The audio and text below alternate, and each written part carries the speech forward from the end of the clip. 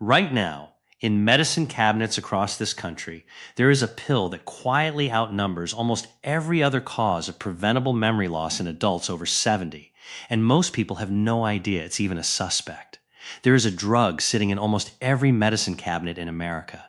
It isn't a controlled substance. It doesn't require a prescription. Most people take it without a second thought. And new research suggests it may be quietly rewriting the part of your brain that holds your memories. I'm Dr. William, and after 15 years in internal medicine, I've watched this same story unfold more times than I can count. A sharp, capable person starts forgetting small things, a name, an appointment, where they put their glasses. And everyone around them, including the person themselves, calls it getting older. Sometimes that's exactly what it is, but sometimes it isn't age at all. It's a bottle they've been opening every single day, handed to them by a doctor, filled by a pharmacist, and never once flagged as a risk to their thinking. Today I'm walking you through 9 everyday medications most closely tied to memory decline in older adults, counting down from the ones that quietly slip under the radar to the one I consider the most dangerous of all. Watch for number 2. It's prescribed for something almost every adult over 60 has experienced, and almost nobody connects it to what happens in the brain. Before we start, drop your age in the comments and tell me if any of these 9 are sitting in your cabinet right now. I read every comment, and honestly, the age range of this audience shapes exactly what I cover next. Here is the one idea I need you to hold on to for the rest of this video. Your brain runs on a chemical messenger called acetylcholine. It's the signal your neurons use to lay down a new memory and to stay alert through the day. Picture it as the ink your brain uses to write. No ink, no new entry in the notebook, no matter how important the moment felt while you were living it. As we age, the brain naturally makes less of that ink and leans harder on every drop that's left. A huge number of common medications, on purpose or as a side effect, block that exact signal. Some gently, some aggressively, some for a good medical reason that still comes with a hidden cost nobody explained. That single mechanism, called anticholinergic activity, connects almost everything on this list. It isn't the only mechanism at play today. A couple of these drugs work through entirely different pathways, but it is the thread running underneath most of what we're about to cover. Keep that word in mind. You're going to hear it again and again, and by the end, you'll understand why it matters more than almost anything else in your medicine cabinet. I also want to say clearly, before we start, that this is not an argument against modern medicine. Every drug on this list exists because it treats a real problem, often a serious one. My goal isn't to make you afraid of your prescriptions. It's to make sure you're taking them with your eyes open, so that if your memory starts slipping, you and your doctor are looking in every direction for the cause, not just assuming it's simply age. Let's start at number 9. Number 9 is the everyday allergy pill, diphenhydramine, the drug inside Benadryl and dozens of nighttime cold medicines. It's sold without a prescription, it sits on an open shelf, and that alone convinces most people it must be gentle. Inside an aging brain, it behaves very differently than the label suggests. It blocks acetylcholine directly, and the part of the brain that absorbs the hit hardest is the hippocampus, the small structure where new memories are actually formed before they're filed away for later. Think of the hippocampus like a filing clerk sorting the day's mail into folders. Block the clerk's hands, and the mail just piles up unsorted, then gets thrown out at the end of the day. One tracking study found regular anticholinergic antihistamine users over 65 carried as much as a 50% higher risk of cognitive decline within a decade compared with non-users, a number worth sitting for a moment. I think of a patient I'll call Frank, 76, who took a nightly allergy pill for years to sleep and never once connected his growing forgetfulness to the pink tablet on his nightstand. When we switched him to a non-anticholinergic option, his daughter told me within weeks he seemed back online. Here's the move. Check the label on anything marked PM, nighttime, or allergy relief, because it is very often diphenhydramine wearing a different name dressed up under a dozen brand names that don't sound anything alike. Ask your doctor about newer antihistamines that don't cross into the brain the same way, and if you've been reaching for a nightly sleep aid out of habit rather than genuine insomnia, that habit itself is worth examining before it becomes a permanent fixture of your evening routine. Number 8 is the acid reflux medication, specifically the class called proton pump inhibitors, the omeprazoles and esomeprazoles of the world. They shut down stomach acid production, and people often stay on them for years because the moment they stop, the burning comes roaring back. Here's what rarely gets explained at the pharmacy counter. Your stomach needs acid to absorb certain nutrients from food, and vitamin B12 sits right at the top of that list. B12 protects the insulation around your nerves, including the ones in your brain. Turn the acid down long enough, and B12 quietly drops, taking clear thinking down with it. One large cohort of adults over 75 found regular long-term PPI users faced a 44% higher risk of dementia diagnosis compared with non-users, and low B12 is a well-documented reversible cause of memory trouble in seniors. I think of a patient I'll call Helen, 79, who'd been on the same acid reflux prescription for over a decade and had started forgetting the names of neighbors she'd known for 30 years. Her B12 level came back at the very bottom of the normal range, low enough to matter, high enough that no one had flagged it before. A few months of supplementation and a lower reflux dose, and her family said she sounded like herself again on the phone. The fix isn't panic, it's a conversation. Ask your doctor whether you still need the medication at the same dose. Ask for a B12 level check if you've been on it for years, and know that many people can step down to an as-needed dose or a gentler class of acid reducer without their symptoms returning in full force. So, number 7 is a medication prescribed for a problem most people would rather not discuss out loud, the overactive bladder drug oxybutynin. It works by blocking acetylcholine directly in the bladder muscle, but that same chemical is used throughout the brain, and oxybutynin crosses into brain tissue easily.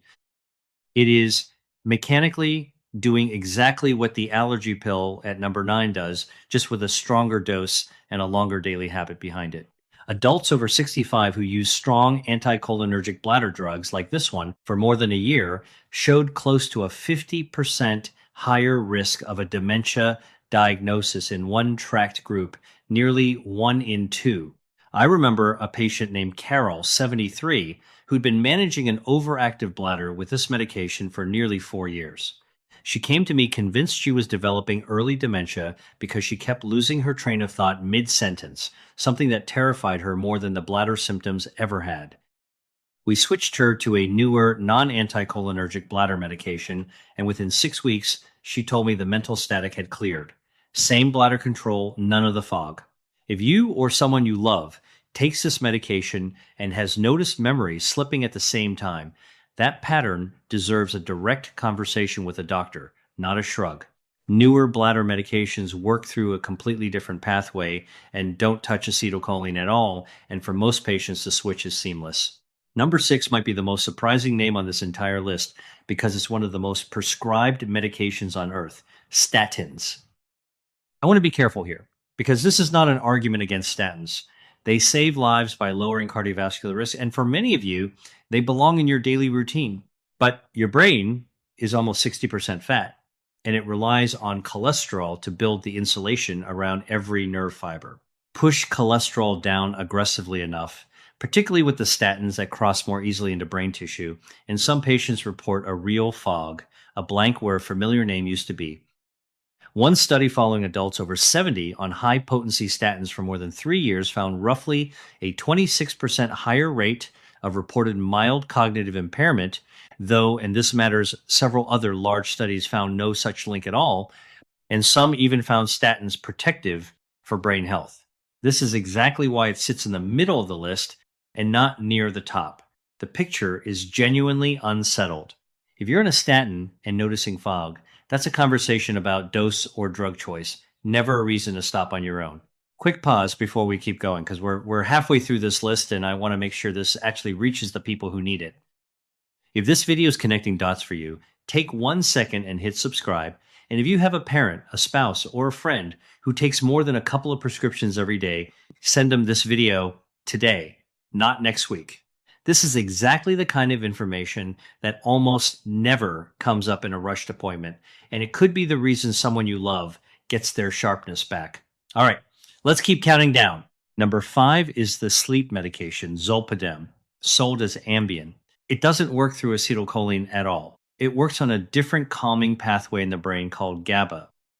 But that pathway is deeply involved in how the brain consolidates memory overnight during the very sleep stages that file today's experiences into long term storage. Take a drug that sedates that process every single night for years, and the filing simply doesn't happen the way it should. Older adults on regular zolpidem for more than a year showed measurably higher rates of next day memory gaps in tracked studies, alongside a fall risk that climbed by roughly a third compared with non users. I think of a patient named Ruth, 81, who couldn't recall entire conversations from the evening before, conversations her family swore she'd participated in fully. The sedation wasn't erasing the memory after the fact, it was preventing it from ever being properly stored.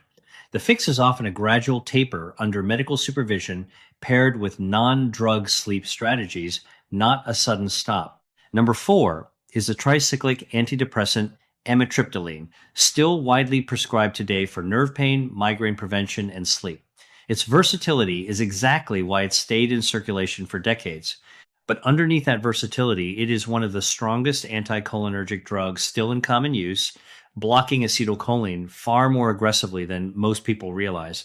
Adults 65 and older with the heaviest cumulative exposure to strong anticholinergic drugs like this one showed a 54% greater risk of developing dementia over a 10-year tracking period in one well-known study. What makes this one particularly tricky is that it's often started for a completely unrelated reason: nerve pain in the feet, migraine prevention, a sleep problem, and then simply continued year after year without anyone revisiting whether it's still the best fit at your current age. For nerve pain, alternatives like duloxetine or gabapentin often provide similar relief with a much smaller cognitive footprint. For sleep, a very low dose of doxepin is a gentler option on this specific pathway. None of these swaps should happen without your doctor, but they are absolutely worth asking about by name at your next visit, especially if you've been on this medication for more than a year or two without a real review. Number 3 is the opioid pain medication, the tramadols and oxycodones prescribed after surgery or for chronic pain that never fully resolved. These drugs don't primarily block acetylcholine. They act on entirely different receptors tied to pain and reward. But chronic use has its own well-documented cognitive cost: slower processing speed, foggier attention, and in some cases, genuine memory gaps that patients describe as losing time. In one tracked group of adults over 70 on daily opioids for 6 months or more, nearly 1 in 3 showed measurable declines in attention and working memory on standard testing, independent of the pain condition itself. I think of a patient named Gerald, 75, prescribed a low-dose opioid after a hip surgery that was supposed to be temporary. 3 years later, he was still taking it daily, and he'd started describing entire afternoons he genuinely couldn't account for. Not blackouts exactly, more like a fog that swallowed hours whole. Working with his surgeon and a pain specialist, we built a gradual taper alongside physical therapy and a non-opioid pain plan. Within 2 months, those missing afternoons stopped happening. If you've been on an opioid for months or years for a pain issue that started as temporary, that's worth revisiting with your prescriber. Not because pain doesn't deserve treatment, but because the treatment itself deserves a second look over time, especially once the original injury has had time to heal. Number 2 is prescribed for something almost every adult experiences at some point: anxiety and sleeplessness. I'm talking about benzodiazepines, the lorazepams, diazepams, and alprazolams that calm an overactive nervous system by boosting the brain's natural calming chemical, GABA. At first, they can feel like a rescue. The racing thoughts slow, sleep finally comes. But over months and years, that same calming effect settles over the whole brain like a light fog that never fully lifts. One large study following seniors for 6 years found those using benzodiazepines for longer than 3 months carried a 51% higher risk of developing Alzheimer's disease, with the longer acting versions appearing to carry more risk because they linger longer in the body, The cruelest part is the exit. Stop a benzodiazepine abruptly after months of use, and the anxiety can come roaring back even worse, which makes the medication feel indispensable at the exact moment it may be doing the most harm. The longer acting versions in this family tend to linger in the body even longer than people expect, which means the fog they create rarely lifts fully between doses. It simply becomes the new normal, quietly until a family member notices the change from the outside before the person taking it ever does. If you've been on one of these for more than a few weeks, never stop suddenly, since abrupt withdrawal can be genuinely dangerous and even life threatening.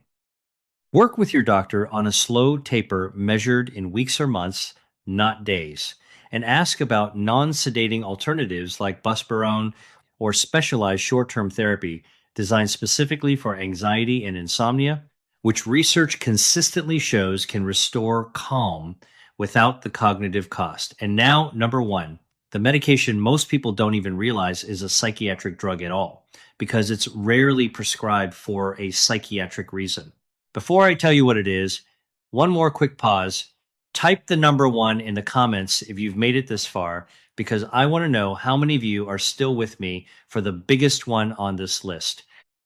It genuinely helps me know this information is reaching the people who need it most. Number one is the antipsychotic medication. Names like quetiapine and risperidone, originally developed for serious conditions like schizophrenia, but now frequently used off-label in older adults for sleep problems, restlessness, or agitation. These are powerful drugs designed for severe illness, now handed out in ordinary homes for symptoms as simple as trouble sleeping. One tracking study, following over 25,000 older adults, found those given antipsychotics for behavioral symptoms alone, without a psychiatric diagnosis, were 71% more likely to experience worsening cognitive decline within a single year. These drugs work by suppressing dopamine, a chemical involved not just in mood, but in focus, planning, and memory formation. Families often describe watching someone go quiet, flat, almost absent, while grieving a person who is still physically present. I think of a woman I'll call Patricia, 84, living in a memory care facility, started on a low-dose antipsychotic because she'd become restless and difficult to settle at night, a genuinely exhausting situation for the staff caring for her. Nobody had a formal psychiatric diagnosis on file. 6 months in, her daughter said she barely recognized her mother anymore, not because of the underlying condition, but because of a flatness that hadn't been there before. Working with her care team, we identified underlying pain that had never been properly treated, adjusted her lighting and evening routine, and gradually tapered the medication. Her daughter told me weeks later that her mother's sense of humor had come back. If you or someone you love is on one of these medications for sleep or agitation rather than a diagnosed psychiatric condition, the first question to ask the prescriber is simple. Why was this started, and is it still necessary right now? Here's the twist I promised you at the beginning, the thing that ties every single one of these 9 together, and it's more dangerous than any one drug on its own. It's called anticholinergic polypharmacy, the slow, invisible stacking of several of these medications at once. Picture someone taking a nightly allergy pill for sleep, a bladder medication during the day, and an old prescription for nerve pain in the evening. Individually, each one might cause a barely noticeable effect. Together, the burden compounds and the risk climbs far faster than any single medication would suggest. One large tracking study following more than 280,000 older adults found that those with the highest total anticholinergic burden across multiple medications carried a 120% higher risk of dementia within a decade, more than double. And the overwhelming majority had no idea they were stacking anticholinergic drugs at all. Nobody sat them down and added it up. And here's the hopeful part, the reason I made this video in the first place. Medication-related cognitive decline is often reversible when it's caught early. Reduce the burden with your doctor's guidance, and many people regain real clarity within weeks to months.